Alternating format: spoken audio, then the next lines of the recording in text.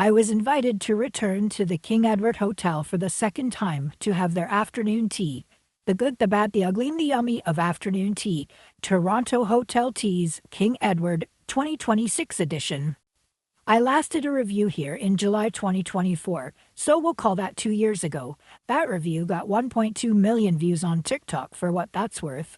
Honestly, this review will be similar to that one, and there's something to be said for consistency. I'd say I liked the menu slightly better last time, but this one was great too. Let's get into their Spring 2026 menu and review. Not surprisingly, let's begin with the good, and overall the food here is all good.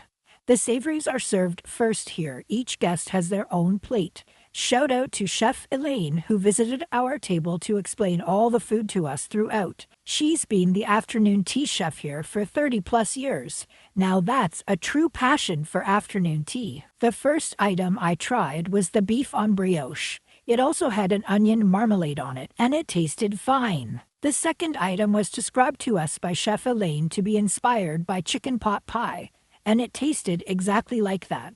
I really liked the description and the flavor on this chicken pot pie salad one. The egg salad was served on a turmeric bread, I believe, making it yellow. It had a strong lemon flavor as listed on the menu. I found that very unique, very bright, and quite enjoyed it. Next, I tried the asparagus, leek, green pea, rarebit tart.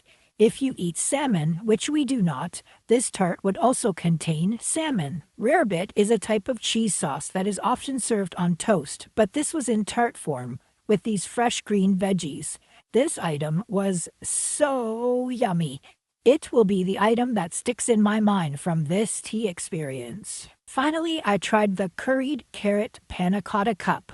To me, this wasn't the consistency of panna cotta, but had more of a cold velouté soup-type consistency. I liked it because it too was unique and full of flavor. But by far, the best savory bite was the rarebit tart. I traded my husband my remaining beef brioche for his rarebit tart. So yummy! After your savories, your 3-tier stand is delivered, which has 1 sweet plate per person and the scone plate on it. Each guest received 2 scones, our favorite count of scones. And it was served with our own helpings of clotted cream, lemon curd, and jars of strawberry jam. We also got butter, because we love butter. 1 scone was a carrot and currant scone for spring, and the other was a classic plain scone. These scones are light and fluffy, which isn't usually my favorite type of scone, but I have to say I enjoyed both of these. The clotted cream was authentic. Chef Elaine promised me it's the green label of the Devon Cream Company clotted cream. Yay for that! Scone tier here was very good. Moving on to the sweets, which last time really impressed me, so the bar was set high. These sweets were also good. Each guest received 5 items, which is generous. The colors, flavors, shapes, and textures were all varied, so top marks there too. Even though they're really too pretty to eat, somehow I managed to finally dig in, starting with the passion fruit pavlova. Chef had suggested we start with this one due to its delicate flavor.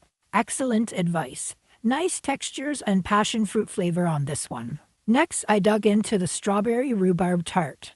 Also tasty. Chef said her inspiration was these ice cream bars. Do you remember these? On this visit, the glass cup was filled with matcha and mango. The inspiration was a matcha mango boba latte. I loved the mini boba pearls in the mango layer. Unique and yummy. The upper cake was blackberry with a nice layer of chocolate ganache. Of course, I like more chocolate, but this was a lovely cake. And finally, there was a macaron.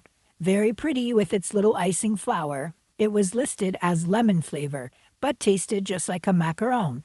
Meh. I never expect much from these cookies.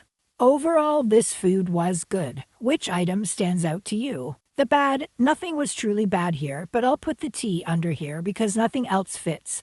There was 22 tea options. That seems like a good number for variety. They are serving 2 different tea brands here, Sloan Tea and the Tea Leaves Tea. Both are Canadian brands, so yay, but neither list excited me. There was no straight-up Earl Grey tea, and I'm a broken record on seeing Sloan Tea at every damn tea room, and wasn't feeling like heavenly cream today. And recall I don't like lavender flavors, so that wouldn't cut it either. So I chose masala chai from the tea leaves side of the menu. It was decidedly a bold chai tea and didn't taste like a nice Earl Grey tea to me. Hey, that's a joke, everyone. I know that chai is not Earl Grey tea. My husband chose the mountain berry herbal tea and he liked it. Tea here is fine for most people, but it didn't thrill me. The ugly? Sorry guys, but this venue just doesn't do it for me. As I said in my last review here, and it hasn't changed, this room is very banquet. There is nothing special about it. It's drab, dreary, zero natural light, so photography and videos are lacking. The room lacks character and does not add to the tea experience in any way. Making matters worse, we were seated between two tables who were very chatty, and we could not carry on a conversation, which was also kind of annoying. Luckily, we live together and we can talk later, so we just ate in silence and listened to our neighbors' conversations instead, because it couldn't be helped. Oy vey. I feel like a different room would help with that banquet meeting room vibe. I really wish they could serve their great food and tea experience in another space or room in the hotel, or overhaul this entire room. It's not ideal or special as it is now, and doesn't match the food. And finally, the yummy, my favorite bite was the asparagus leek and sweet pea rarebit tart from the vegetarian menu. It was delicious, and I'm still dreaming about it. The scones were also fluffy and yummy. The service here was fine. The visits from the chef were great. It has added to my experience here both times. This afternoon tea is served on both Saturdays and Sundays. And although we were not charged for our experience, it costs $82 per person or $92 with the glass of Prosecco which we received. Cheers! We walked to King Edward from our nearby hotel, so I do not know about parking costs here. Upon arranging this tea time, I was sure to explicitly say that although gifted, I wanted the same experience that all guests received. And based on my experience on both visits, I would say we received the exact same experience you would receive if you went. The $82 price tag is in line with what other Toronto hotel teas charge. It's actually on the lower end, according to my records. In sum, the food was thoughtful, fresh, tasty, and unique, and is certainly the highlight of this afternoon tea. The venue still needs a lot of help. Therefore, my Queen of Afternoon Tea rating is 4 out of 5 stars, possibly 4.5, the same rating as my last visit.